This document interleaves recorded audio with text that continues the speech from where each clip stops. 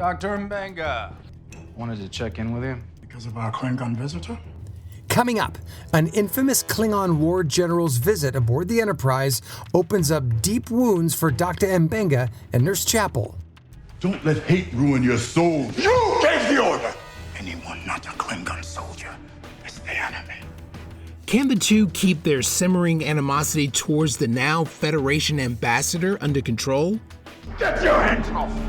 So selfish, so human! Don't!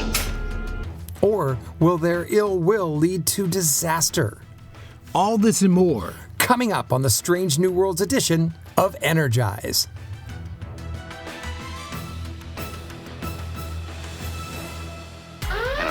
Energize.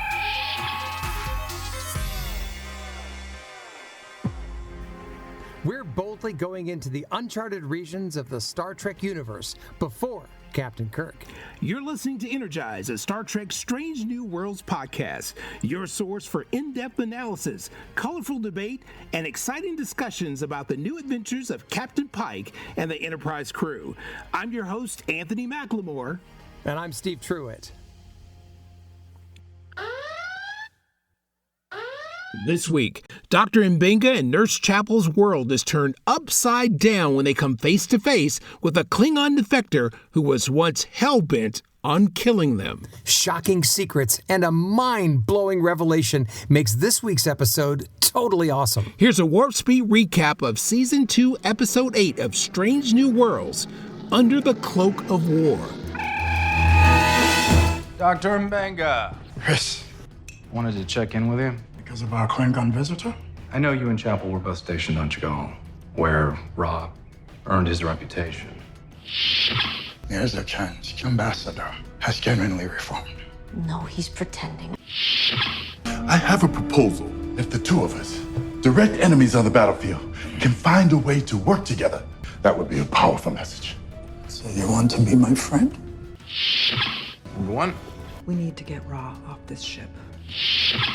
I've just been informed that my time on the ship is being cut short. Please, leave me alone. Don't be stupid!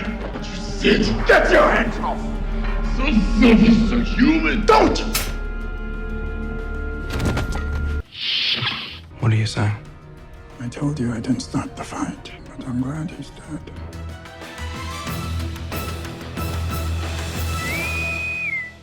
All right, Steve, this week's episode was awesome. I'm kind of wondering why this wasn't earlier in the season. Yeah. But it was an amazing episode that hit a lot of themes that have to do with, in real life, how we treat people who were once, especially in a war situation, how we treat people who were once enemies, who were now, I don't want to say colleagues. What's the better word for it? Allies, Enemies, really. But allies, yes. Yeah. Enemies turned allies, and those allies who were once people who did committed atrocities. I mean, that happens in real life all the time. Yeah, Former generals become presidents of countries. yes, they do in other countries, and we have to deal with that. But this, to me, was like, this guy was genocidal. It's like taking Hitler or, the original Kublai Khan or whoever it was, not Kublai Khan, Genghis Khan, sorry. Muammar Gaddafi. Gaddafi, or yeah. And being like, okay, let's be friends. Pol Pot. Yeah, because to be honest, this ambassador wasn't really offering anything except some kind of olive branch. He didn't even have oil or something to trade. He just was kind of a reformed Klingon. But those are the worst kind. It's like a smoker that quits and then tells you how bad smoking is. It's just like, dude, shut up. You did it forever. Yeah, but he's become a famed ambassador who negotiated a lot of peace treaties and things like that. So that's where the conundrum comes in, because he obviously has done good things. So the Federation wouldn't have rolled out the red carpet for him. And I do think too, because we both know, everyone knows next week will be the musical episode. Why they're going high, low, a little bipolar in my opinion too. I think they could have done last week's episode, and then this week they could have done the musical, and then next week for 9 and 10 really made it more, intense, something we'd expect from Star Trek.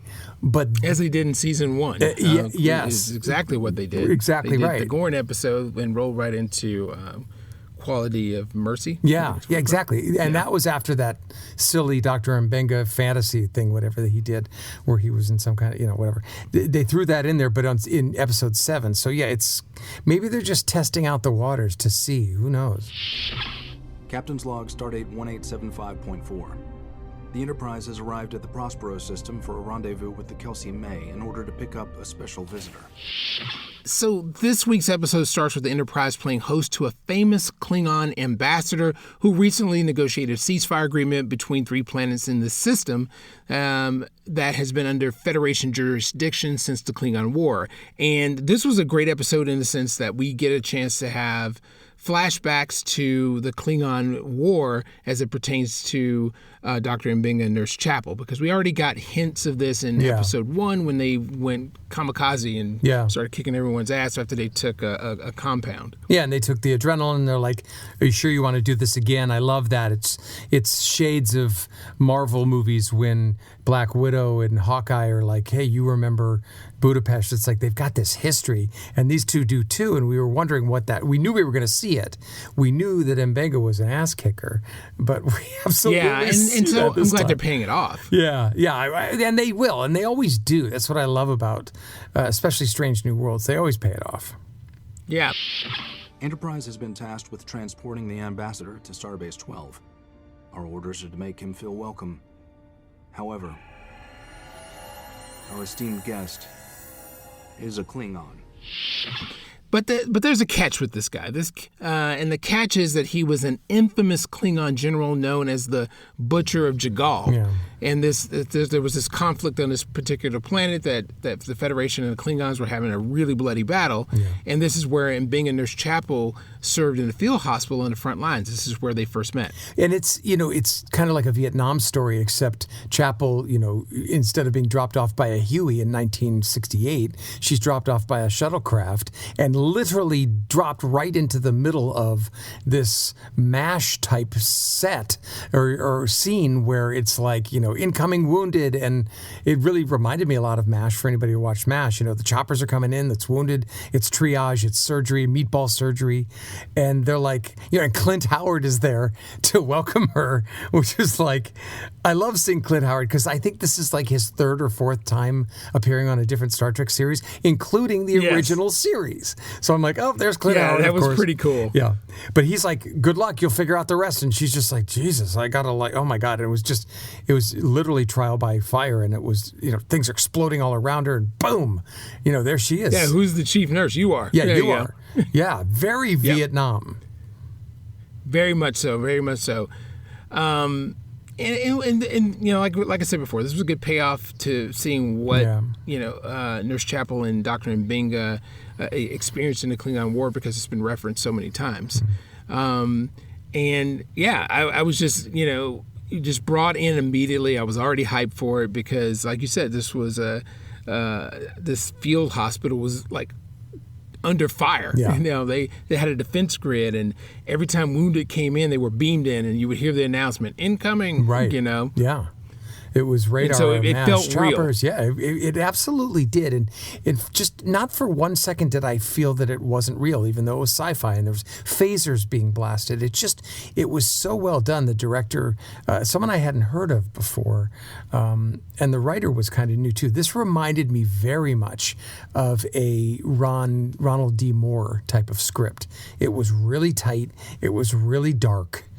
And I'm like, this. Yeah, very much so. Very Ronald D. Moore, Battlestar Galactica. Yeah, and original Next Generation too. He wrote all my favorite episodes of Next Generation, all the tough ones. Yep. Yeah. He's an effective voice in spreading Starfleet's message for unity. A former enemy speaking on our behalf? It's incredible. Or it's a long con to gain access to Federation secrets. So this ambassador, the Enterprise has to take this ambassador somewhere aboard their ship. And so he comes on. He's the jovial guy. He wants to tour the ship, which doesn't go over easy with some of the crew. Immediately you feel the misgivings of having this particular Klingon aboard. I loved who, it's Robert Wisdom who was he was in The Wire, and he was also on Barry for the last 2 seasons. Yes. And he was great. But I hated him the second he came on. First of all, I thought his hair looked stupid, but beyond that, I just felt from the second he beamed on, even before people started really talking about him, I don't like this guy. There's something I don't like. And the crew was absolutely reflecting that, especially in the beginning, Ortegas. She's just like, nope. Nope. She's like, how can we trust this dude? Yeah. He has a reputation. Yeah. When the Klingons were falling, he killed a bunch of his men to aid in his escape, which gave him the title, the Butcher of Jagal. Right. And so he has a rep. Right. And now here he is being all nicey and some kind of ambassador. I'm not buying it. I don't know if you were buying it. Well, here's the thing. No, I was I operated in two spaces. So there's my gut, and I do not ignore my gut. Right. But there's also my thinking, logical self that goes, okay, well, let me give this person the benefit of the doubt. It's the whole, and I tell people this all the time about me. For when you're dealing with somebody who could be hostile, I extend my hand in friendship, but my left fist is balled up to punch you. Nice. All right, I gotcha. Yep. So, hope for the best, prepare for the worst, I guess is a better way of saying it. Wow, remind me never to piss you off, Mr. Sulu. But that's for people that I don't, who could potentially do me in, So I'm hopeful. Yeah, good, and I'm glad to hear that. But I just was like, there's something. Either I don't like the characterization of this fellow, or I don't trust him. But he immediately asks for a tour of the ship, and then I'm like, nope. And you can see from the faces, especially Ortega's and other people, like, wait, he's getting a tour right now. Even Una was like, yeah, okay, what? Are you sure? All right. So, yeah, but Uhura was all into it, because the conversation between Ortegas and Uhura prior to the ambassador coming on the bridge was, she's against, and Uhura's like, respects the ambassador for all the work that he's done, and it's about moving forward and blah, blah, blah, and she's spouting off just as they come on the bridge, and that the ambassador heard what she said. Oh, sure. Ortega's just like, she said he's known as the Butcher of Jagal just as he walks in, and here's something that, and this happens a couple times during this episode, where Ortegas does something, spouts off or whatever in a very Starfleet officer type way, and Pike just does nothing. And I'll say this again, this season especially, he really runs a loose ship, in my opinion. And it's funny to me how non-captain he is. He's really more like their best friend. Yeah, and I have worked on a number of productions in their different leadership styles, and I know, like for me, they would say that I run a fun crew and that kind of stuff, but I'm not loose like he is. Yeah. I have fun. I bend over backwards for crews and my teams and things like that. But if you step out of line, or take me for granted, you're going to show up late. Yeah. Oh my God, Right. You showed up late after I told you could come to set an hour later. Yeah. Move the call time back so you get more rest, but then you still show up half an hour late. No, now I'm pissed. Right. Exactly. So I get his leadership style, and he's a lot looser, because there are some times I think he could have clamped down. I think so. A lot more than he has. Yeah, he almost is just kind of letting the thing play out, and maybe that's the kind of captain he is. But I don't know. I mean, Ortegas leaves on her own, and there's no disciplinary action. Yeah. So, Ambassador Ra, it is an honor. I must admit a curiosity in me, a desire to experience more of your culture. There's nothing to experience. They are a warmongering race, limited by ideology. So later on, we go down to, I call it the galley. I don't know what they call it on this ship, but Spock, is there making a drink, for the ambassador, and he's trying to do it right. He's trying to do it right with the replicators, because it's not really like making it, but I guess you still have to program things in. It's still cooking, I guess, in a way. Yep. There's preparation, But he wants to learn. He seems a little enamored by this Klingon ambassador and wants to learn more about Klingon culture. But what's really funny to me is that this is what got me. Surprisingly, the ambassador says that there's nothing to learn about Klingons, and he dismisses his own race as just warmongers bound by by their ideology, and that raised a huge flag with me. Yeah. Yes. I mean, I think we can all, find things in our respective races and things that we will call out, but to wholesale say to reduce anyone's group to just being to nothing, a generalization, to a generalization, that raised a red flag. So I'm like, okay, this dude's too goody-goody. In with the Federation. It's funny. It's funny you say that, because my first thought was there's anger behind that statement, not just truth or a warning. He sounded spurned, like maybe he was rejected by the Klingons. Maybe, I started to think like, well, wait a second. Yeah, why would he turn on his own race? He's the butcher. He's supposed to be the head Klingon. He's the most successful Klingon. He's killing everybody in sight. He's the butcher. How could he say that? And I'm thinking, okay, something happened here. Somehow he was kicked out. That's what I'm starting to think. Like, it's not what we think it is. He didn't leave, right? So that's what I was starting to think. I'm with you because I turned around after that, and I was just like, well, maybe, like you were thinking. Yeah. And I was like, okay, maybe this dude's Clarence Thomas. Yeah. Yeah. And I'm sorry, listeners, to inject a little bit of politics in that, but hear me out. So, you have somebody like Clarence Thomas, per se, who votes even when the conservatives vote for things that are just for, just say, African Americans. He'll be the one person who goes against it. And it's just on principle. I'm just like, dude, that's weird. Yeah. And so that's what, raised a red flag with me. You're going to go wholesale on the Klingon race? Okay. And as another point of parallel, Ra got a free trip on a luxury yacht, the Enterprise. Yes. Yes. So, there's that. Yeah, and I'm just like, okay, dude, are you like walking around the ship getting intel? Are you going to like all of a sudden pull your mask off and it'll be like, oh no, it was blah, blah, blah, and I would have gotten away with it if it wasn't for you kids, We talked about that last week too. Excuse me. I also think, just not to belabor Clarence Thomas point too much, but I see an element of cowardice in that person. It's not just a turncoat. It's someone who would do that and then even vote against their own self-interest and forget about where they came from and not help people below them. To me, that's cowardice, especially if you're doing it for $1 or influence or power. That's not powerful to me. That's cowardice. That's what I think.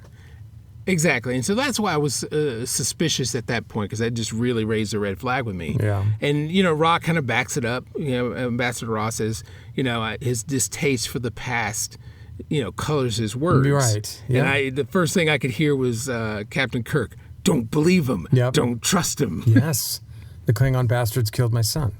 All right. I've never trusted a Klingon. And it's funny, there was a parallel to that one in Star Trek Beyond when Kirk or Star Trek Into Darkness, when he goes, never trust a Vulcan. Like the Kirk thing is always like, just don't trust anybody. Exactly. Yeah. So, Ra goes to pick up this drink that Spock replicated for him. Yeah. He burns his hand, which leads him to sickbay and into the into the path of Dr. Embenga and Nurse Chapel. And it was really a trip, that moment, because Dr. Embenga was across the room, so he didn't have to engage, and nobody else picked up on him being across the room, and he walks out. Right. It not only walks out, he hides. And at some point, he starts to have a full-on panic attack, like a heart palpitation, and he can barely stand, and he's probably dizzy kind of panic attack.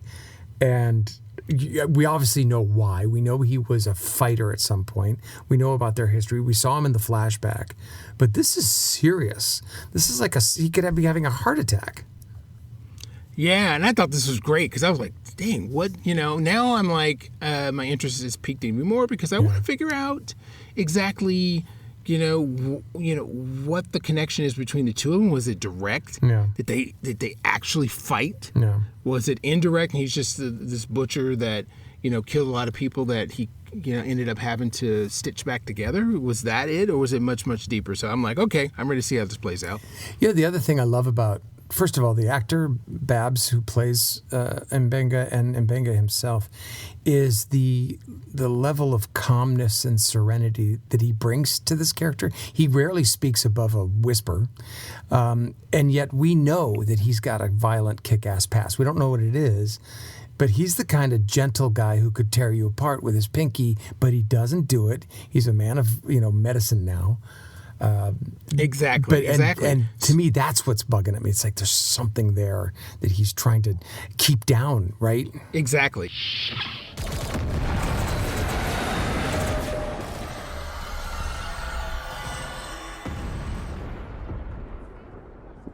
Christine Chapel, welcome to Jagal. Then begins a series of flashbacks. And so, I'm going to chunk them all together up to a certain point so that we can let's just get go through those flashbacks. Yeah, let's do that. So we, that's how we meet, Nurse Chapel for the first time. She comes to the front lines, and like you said earlier, it's been flown in. Yeah. We get a chance to see all the horrors that really impacted Chapel and Embenga because they were getting wounded right off the battlefield. Just like you said, a MASH situation, just constant people broken and blown up and put in pieces. And it was horrifying, because I remember that one guy whose internal organs were out. Yeah. He's in cardiac arrest. We're losing him. Manual stimulation. What? Grab his heart and start pumping. One of the things that's happening at this time is that there's a pretty badly hurt patient, and there is no organ generator to generate organs to help this guy. So they do old-fashioned surgery on a table on this fellow. And Embenga, Nurse Chapel is a nurse, of course, but she's got to do something she's never done before, and that's reach in and literally pump his heart. Like, get your fingers on his heart and get him pumping, because we need to keep him alive. Now, that saves him, but at the same time, there was another situation where there was a guy on the pad that they just beamed in that had his guts splayed all over the place, and they didn't think they could save him. So they pulled the old Scotty trick, and they put him in a pattern buffer. And that said, plays out put later him on on. ice. Yeah. Yep, they basically put him in stasis, and so that plays out later on. General Dakra, son of Ro. Need help taking him out. I'm just a doctor now. I prefer saving lives to taking them. And so later on, in one of the flashbacks, we see that Embenga was being solicited by the Andorian Special Forces guy to lead a mission to take out the general because of Mbenga's past combat experience. And he kept calling him the Ghost. Do you remember that? Yeah. Oh, my God. As soon as he said, we need the Ghost, or you were the Ghost, I was like, oh, okay, there's something there. I mean, to be called the Ghost, and to know that he has combat experience, to me, I was just like, who is this guy? I really started to get into Embenga. Yeah, he's not a one-dimensional doctor. And so, the Andorian leader of the Federation Special Forces asked Embenga to generate this controversial Protocol 12 serum, but Embenga refuses, due to the side effects. The guy's like, I need the edge. I want the edge. Yeah. And he says a great line, a really well-written line. I'd rather die tomorrow than today. Because Embenga says, this could kill you. Great. I'd rather die tomorrow than today. It's such great. I'm so glad you brought that line back up, because I had totally forgotten about that. Yeah, I remembered it because it was such a brilliantly written. This was a brilliantly written script. I love lines like that just, they're not over the top, they're not on the nose. It's just a great line. Yeah, and I was totally with it. I was like, I think you're right in this situation, especially fighting Klingons. Come on, they're already physically. Humans are physically outmatched by them. So I want that edge too. Screw it. I'd rather fight and worry about the side effects later. Agreed. Exactly, and it makes perfect sense. And I'm a fighter, so I need to get out there. And what the Federation did for me, it saved my life. Jagal changed me. Jagal changed a lot of us. You were on Jagal. I was. In the final conflict. And the massacre of Colony Athos. So the next thing that happens over the course of the episode are these really uncomfortable interactions with Ambassador Ra. And it was so well played. And, Embenga and Chapel, Pike asked him to attend this dinner he's hosting with the ambassador.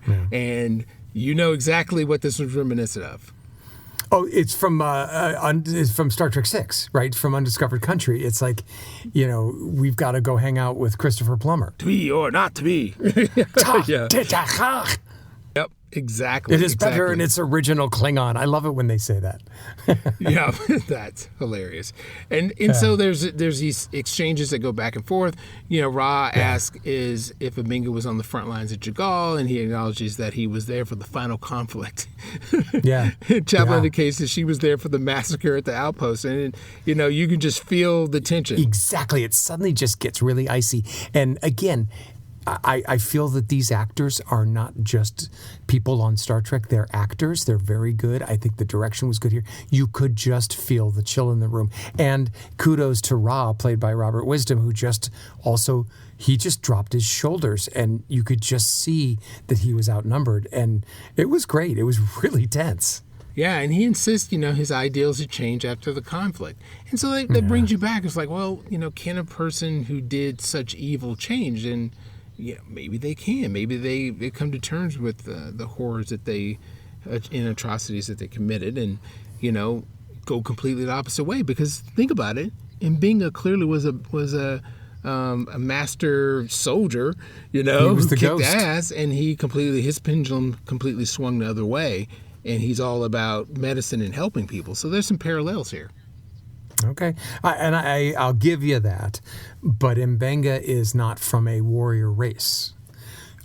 So you've got Ra, who is, born, raised, and, it's in his DNA to be a warrior, and he's this butcher, and he's killing everyone, including children and all these people, and then just, on a dime he switches over because things get too crazy, or suddenly he grows a conscience? I'm still not buying it. There's something either that we're not knowing, or he's a spy. I just don't buy it. And neither does anybody at the table except for Pike and Una. And I bet you even Una has her reservations. Yeah. Well, Uhura was still open to him. Yeah, you're right. She was. Yeah. So I mean, it made for I was just uncomfortable watching that whole entire scene because I didn't know if at any given second somebody's going to jump across the table and kill somebody. Is it true? The story about what you had to do to escape? We were all pushed to our limits. To the survivors of Jagal. Ortegas asked Ra, about the story. Is the story true about him escaping and killing his own men? Right, and it's done at a point where it's obvious that the elephant in the room has to be addressed. And Ra does it. He's like, obviously you want to ask me a question, right? And she's just like, yeah, I want to know, did you kill your own men? And he admits he did. And she stands defiantly. She's pissed. This is, again, where if I were Pike, I would either say, you're relieved of duty, or sit the fuck back down. But he just kind of lets her go like a dad watching his teenage daughter throw a fit. Yeah, but then he asked her to leave.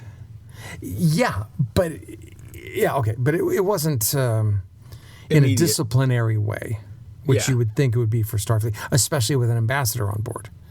But because that shouldn't fly like that. But then the smart thing for Chapel to do is go, I should go see how she's doing because she wants to kill this guy. And then Pike reads the room again and says, hey, maybe you should just go too. Because Embenga's gripping the chair handles, and yes, it looks like he's about to explode. I'm just like, oh my god, this dude's about to go off. Yeah, as anyone would. So Embenga gets up to leave, and as he's going, Ra grabs his arm. Your security officer, La'an, she tells me that the two of you are practicing full impact Mokbara, and I was wondering if we might arrange a session. I'll check my schedule. And right there, I'm like, was that a smart idea? I don't know. So he says that he goes, I've learned from your security officer that you practice a certain type of judo. Would you spar with me? And suddenly I'm like, wait, that's weird. That's I don't know. That's more TNG than TOS, in my opinion. Let's go to the holodeck and play Parisi squares or something. I thought it was a little too on the nose, but I don't know. What'd you think of it?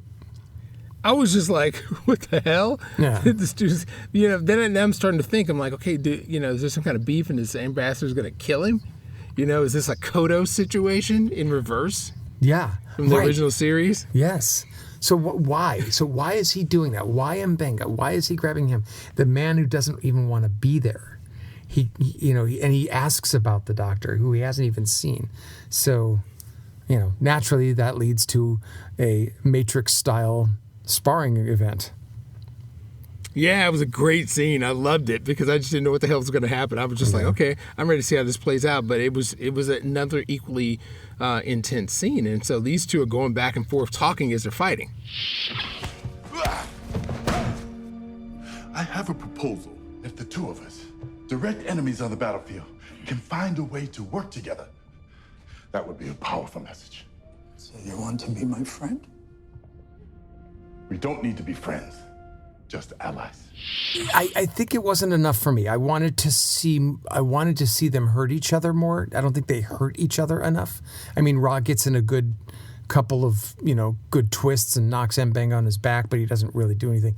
I would have liked to see both of them kind of cross the line a little bit and scare themselves with what they really could do. I would have liked to see more of Ra. Like, why does he want to spar with this guy, but he doesn't, put him in his place? If Ra had pinned Embenga and said, stop pursuing me, or stop, and showed his true colors, I think that would have even been more of a chilling scene. But that's not what happened. He maintained his solemnity, Yeah, and so Ra seems to want to be allies with Embenga, for propaganda.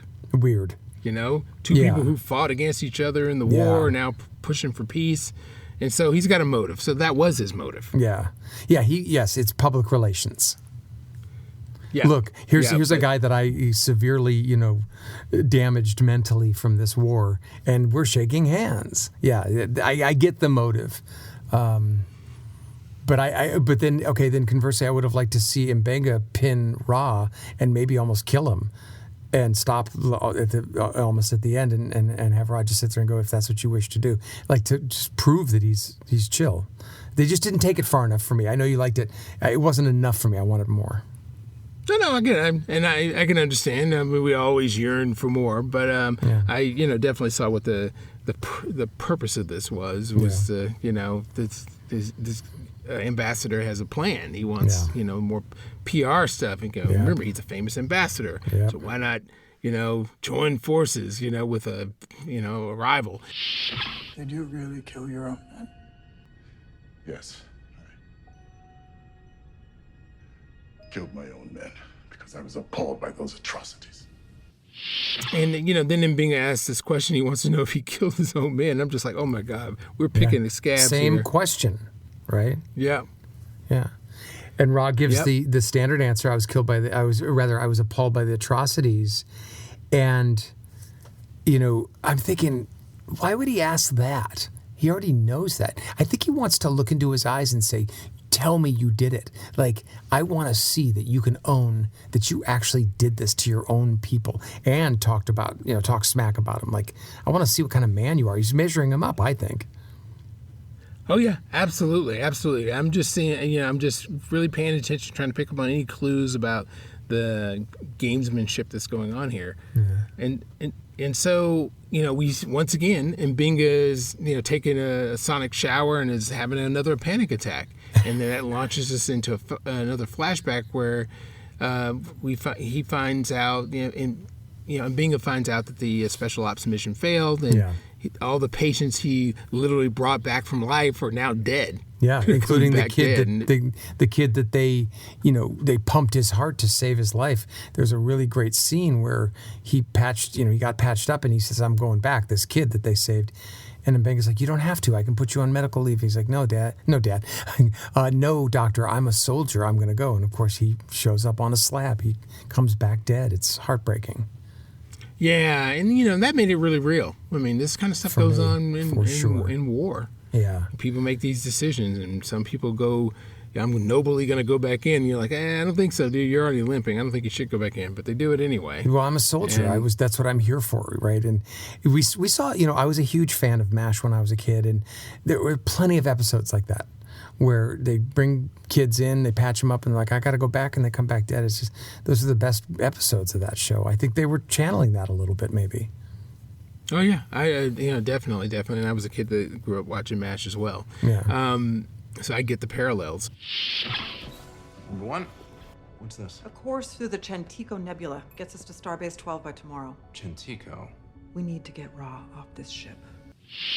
So we then find Una with Pike, and she's like, we got to get this dude off the ship. Yeah. As soon as possible. I've got a shortcut route to where our destination, to get to our destination. Let's get this fool off, because I don't think this is going to work out. No, the morale is for shit, and people are going to start turning on each other.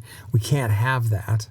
But Pike, of course, is the chill level. I've yet to see Pike lose his shit. Says, listen, how can we be a federation and represent that federation, believing in peace, if some people aren't allowed to make up their past, and we give them that shot, just like you were saying, before, give them a shot. Which makes every viewer, you, me, and everyone listening to this, and everyone who saw it, take pause and think, what would you do? It's a really provocative question. Yeah, and that's what's really great about this show, what's great about Star Trek. It actually, makes you think. And I just wish more people would not dismiss it as sci-fi and actually watch it for the stories that are presented. Because I think it's a wonderful drama that happens to take place on a starship. Just like Battlestar Galactica was a phenomenal drama series that happened to take place on a starship. Basically an aircraft carrier in the sea. Yeah, but it's space. Yeah. And that was a profound, what Pike said was profound. I was just like, yeah, but we also live in the real world. And Una, her counterpoint was that notion's great, but it lives in the abstract. Yeah. Right. And that's another great piece of writing that says we'd all love to have that. It's a notion. It's not reality. Personally, that breaks my heart, because we could easily make that our reality if we wanted, but we don't. There's plenty of bad actors out there. We know plenty of them, and those are the folks that mess it up for the rest of us. Exactly. People are looking for you. You're going out there. Someone has to finish the mission. You can use this to find me. Don't bring me out until you have to.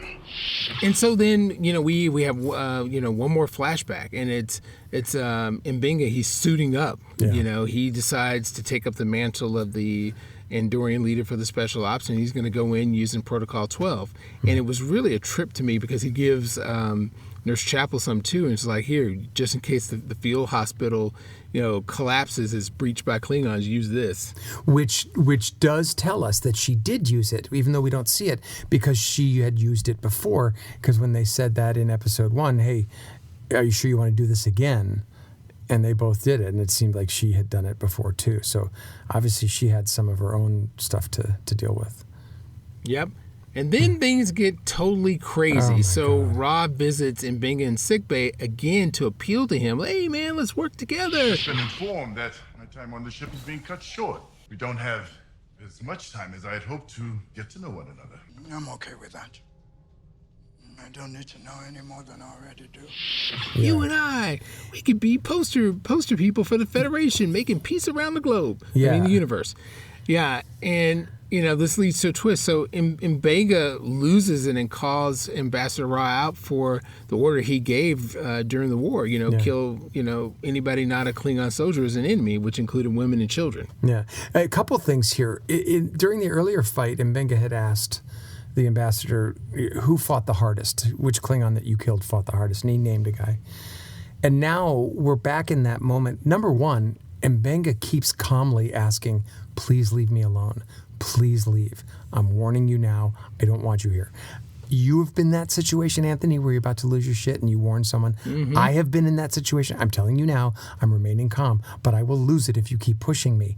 And to me, after everything we'd seen this entire episode, to me, that said everything to me. Like, that was the denouement. That was the moment where I'm like, oh my God, he's going to lose his mind because he's telling him, please leave me alone. And you know the guy's not going to do it. Yeah. And the ambassador's like, admits it's true. Yes. And that he's doing the best to make up for it. So he's still, towing the line of, I'm a reformed guy and I'm trying to make the best of, make amends for what I've done. And, Eve, Embenga, recalls the Klingon he fought that stayed behind as he escaped, I am the Butcher of Jagal.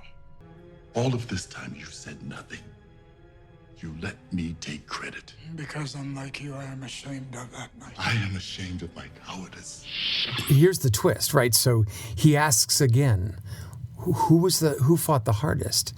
And Ra goes, I told you it was, so-and-so. And Embenga goes, no, it wasn't, because I killed those men. I'm the butcher of Jagal. And then we have that flashback of him killing that Klingon and Ra escaping, literally running like a coward. And I was like, I knew it. That son of a bitch was a coward. He ran. And to have Embenga go, I was the butcher of Jagal? Oh, my God. I got the that was chills. mind-blowing. I was like, oh, snap. That was insane. Oh, my God. It was crazy. Brilliant. I didn't see that coming. Twist. No, I didn't either. Brilliant twist. And that's why Embenga has been so tortured and so this and so that. And it makes his call sign Ghost so much even more appropriate. And then, then the next thing happens and it's pretty bad. Don't be stupid. You're a war criminal. Can't you see it? Get your hands off. So selfish, so human. Don't! Yeah, and so Ra, the ambassador Ra is taken back by the fact that Embenga let him take credit for massacring his own men all these years, and actually fleeing, and Ra's ashamed by his cowardice, and but Embenga's ashamed for what he did, but Ra is like committed to the work that he's done for peace, and he knows that if the truth came out, all of his work would be completely undone. Right, and so what that says is, I'm a coward. I killed women and children, mercilessly. Then I ran like a bitch. And then I allowed myself to take credit for killing my own men so I could look like I have a conscience. And then I hide under the cloak of ambassadorship and détente. And all of those things Embenga absolutely hates. And he just says, listen, you got to pay for what you did. And I'm gonna make you pay. And he opens up this case, and it's the dagger, which we find out was the dagger that was used to kill those Klingons. Yeah, and I'm just like, oh my God, what are you about to do, Embenga? Yeah, and so this is where it gets convoluted, where we don't, at least from my vantage point, know exactly how that went down, because Embenga engaged him. He's like, leave me alone. And when Ra touches him on the shoulder again, he snaps. But he didn't have the dagger in his hand. No, he didn't. So it was still in the case, and the two were struggling. And you can only see it through this. Sees him. Yeah, but you can only see it through the blue glass. So you see shadows. Now, we know that Ra was taller than Embenga, and Embenga was on the left. So that stayed the same. But we don't know who grabbed the knife, who may have thrown the first punch, if there was one. But we hear a stabbing sound going into flesh, and the tall guy, who we know is Ra, has now collapsed to the ground. I was there. Saw the whole thing. Ra wanted to talk, but Joseph was done. He told Ra he didn't want to be involved with a war criminal. So hearing that set him off. I have to tell you, I was shocked. I just didn't think Embenga would do that. I didn't think he would kill somebody, especially being a doctor taking the Hippocratic Oath. I know why he killed Ra, but I just, and I know it was murder. I don't think it was an accident. Yeah. I wonder, but I guess they left it for us to decide. Oh yeah, and that again, a brilliant part of the writing and the direction. What a great team these two are. You know, it's Ronald Moore 2.0. To leave it in our hands. We've been internally discussing this whole episode, and now it's up to us to decide what really happened. They didn't show us. That was genius. It was just brilliant. Yeah, I like it when the writers don't, put everything on the nose, right on the head. Oh, yeah. They leave a little ambiguity there for us to make a decision for ourselves. And so that was really cool. And so next we see Chapel giving her account of what happened to Pike and said that Embenga killed Ra in self-defense. Right. And of course she's going to say that because no matter what had happened, she's going to defend Embenga. She feels the same way about Ra. She was right there. She saw what Embenga had to do. He deleted that pattern buffer of that soldier that they put in the buffer because he needed room for auxiliary power so they could, what did they need it for? It was for some kind of defense. They needed it to fire up they had lost power and they needed to channel power into the transporter so that more wounded soldiers could come in, but they had to clear the backups. Right. So she saw what he was willing to do. She knows who he is, and they have that history. And listen, again, I fully believe that was a murder, and I think Chapel's backing him up on it. What surprises me is once again, it just seems to just go without any kind of even an investigation. This is a huge ambassador, a guy who could really help with the Klingon Empire. And Pike's like, yeah, you're going to go with that story then? And then that's it. Yeah. So the question is, when Pike goes to, speak with Embenga in sickbay, does Pike believe him? No. Does he believe the story? The Federation believes everyone deserves a second chance. What about justice? What about the victims? Doesn't everyone deserve to pay for their actions? It's hard to tell because my biggest complaint about this season, and I have so few, is that Pike has hardly been in any of these episodes. He's just been kind of this ancillary character. A little frustrating to me. I want a little more Pike. And he just, again, he kind of took a back seat. And here he is just kind of sitting there like, so did you do it, didn't you? How are we supposed to know what he thinks? Because he's being a little bit distant here. Personally, I think he believes that Embenga murdered him, but he wants to believe, like you would, that maybe it was just self-defense. Yeah, I agree with that. So maybe that's how he's playing. I do want more Pike, and yeah, I'm not getting enough Pike. I don't know. Maybe we'll get another Quality of Mercy by the end of this. Well, yeah, that may be what 10 is, but I mean, I'm grateful for. I mean, I'm starting to feel like the medical team is my favorite part of the ship, although I really love everybody. But Embenga and Chapel are becoming quickly my two favorite characters. Yeah, they come a long way in this season. They got featured quite a bit. So Pike and Embenga debate justice. Who decides, who decides who pays and who and where's the line, And Embenga, tells Pike, you have the privilege. Of believing what's best in people. Now, tell me, what does he mean by that? The privilege, being a captain, being someone who didn't struggle. What is that? Where does that come from? I think he's just basically saying that you in your position, not having been through what we've been through, you get a chance to stand on principle. Okay. And say he gets say the these luxury things of that, without any reference to anything that was devastating or tragic. Right, and Embenga, in just I don't want to say cold-blooded, but in a very nonplussed way, just sits there and says, listen, some people don't deserve forgiveness, and I didn't start the fight, but I am glad he's dead. And I'm like, wow. I was like, boom. Dude. So then I'm thinking, well, maybe it was an accident, but I don't know. I mean, how do you...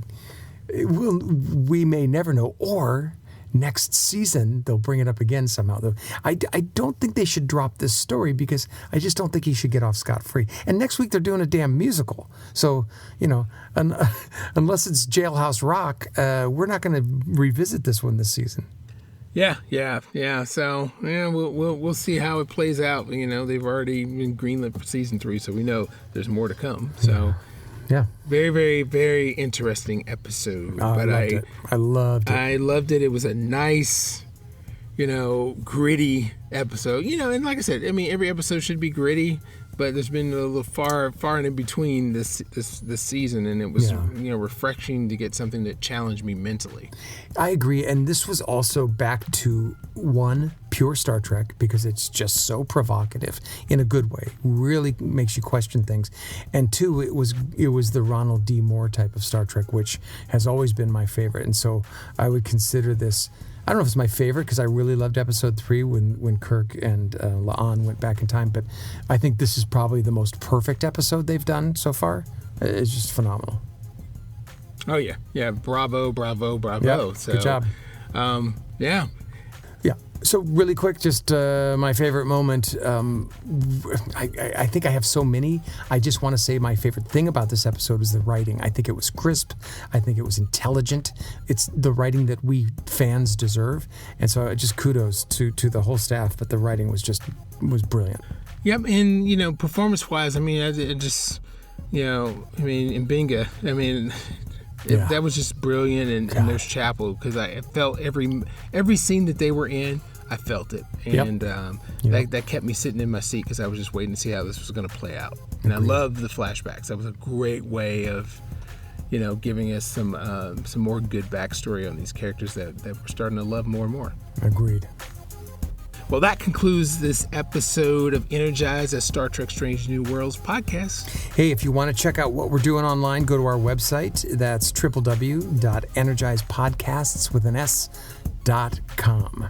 Well, thanks for listening. I'm Anthony McLemore. I'm Steve Truitt. Live long and prosper.